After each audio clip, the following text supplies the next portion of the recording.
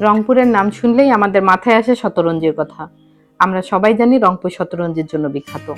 চলুন না আজকে জেনে নেওয়া যাক শতরঞ্জির অজানা কিছু কথা। কাপড়ের ওপর রঙিন সুতার ভাঁজ আর তাঁতের ঠাক ঠাক শব্দ, এই শব্দ আর রূপছায়া নিয়েই টিকে আছে উত্তরবঙ্গের এক অনন্য ঐতিহ্য রংপুরের শতরঞ্জি। এত বড় লোকশিল্প যা শুধুমাত্র একটি পাপোশ বা কার্পেট নয়, বরং ৮০০ বছরের এক সমৃদ্ধ ইতিহাসের সাক্ষী। শতরঞ্জি শব্দটির উৎপত্তি ফার্সি শব্দ শতরঞ্জ থেকে, যার অর্থ দাবা। প্রাচীনকালে দাবা খেলার ঘরের মতো চারকোনা ডিজাইনে এই গালিচা বোনা হতো বলে এর নাম শতরঞ্জি। ঐতিহাসিকদের মতে এর শুরু হয়েছিল ত্রয়োদশ শতাব্দীতে, অর্থাৎ মুঘল আমলে।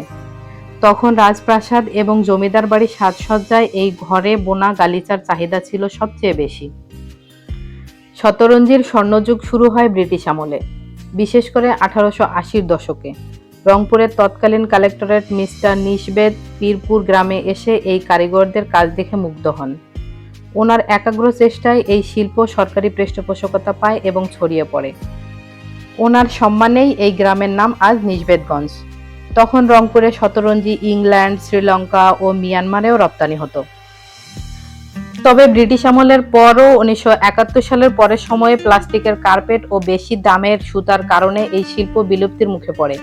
কারিগররা তাদের পেশা বদলাতে বাধ্য হয়। তবে 1980-র দশকের পর বিসিক এবং স্থানীয় কারুশিল্প প্রতিষ্ঠানগুলো এগিয়ে আসে। তাদের বুননের সাথে আধুনিক ডিজাইন ও রং যুক্ত হয়ে নতুন রূপ নেয় শতরঞ্জি।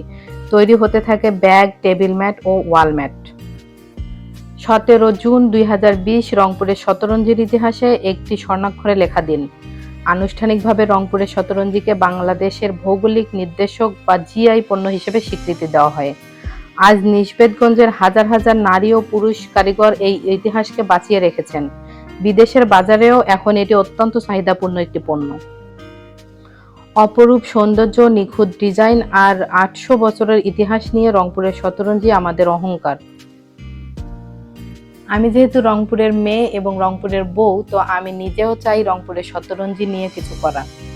আপনারা যদি চান যে আমি রংপুরের শতরঞ্জি নিয়ে কিছু করি এবং রংপুরকে সবার সামনে এগিয়ে নিয়ে যাই, তাহলে অবশ্যই আমাকে সাপোর্ট করবেন এবং আমাকে জানাবেন আপনারা কি চান আমি শতরঞ্জি নিয়ে কাজ করি কিনা।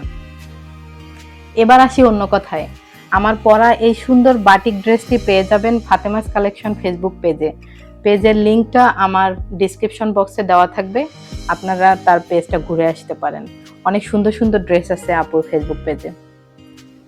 আর এটি হচ্ছে সেই ঘাগট নদী, যার পাশেই রংপুরের শতরঞ্জি পল্লীটি গড়ে উঠেছে। আপনারা কে কে এখানে গিয়েছেন অবশ্যই কিন্তু আমাকে কমেন্ট বক্সে জানাবেন। এই ঘাগটের পাশে কিন্তু আরো একটি বিনোদন পার্ক রয়েছে। এখানে যে কোনো সময় আসলেই আপনারা অনেক সুন্দর একটা সময় উপভোগ করতে পারবেন। এজন্য আমিও চলে গিয়েছিলাম ওখানে আমার বাচ্চাকে নিয়ে। আমার বাচ্চা এখানে অনেক খেলাধুলা করলো। এই জায়গাটা অনেক সুন্দর, মানে মনোরম পরিবেশে সুন্দর একটা জায়গা বিনোদনের জন্য। সবাই ভালো থাকবেন। আল্লাহ হাফেজ।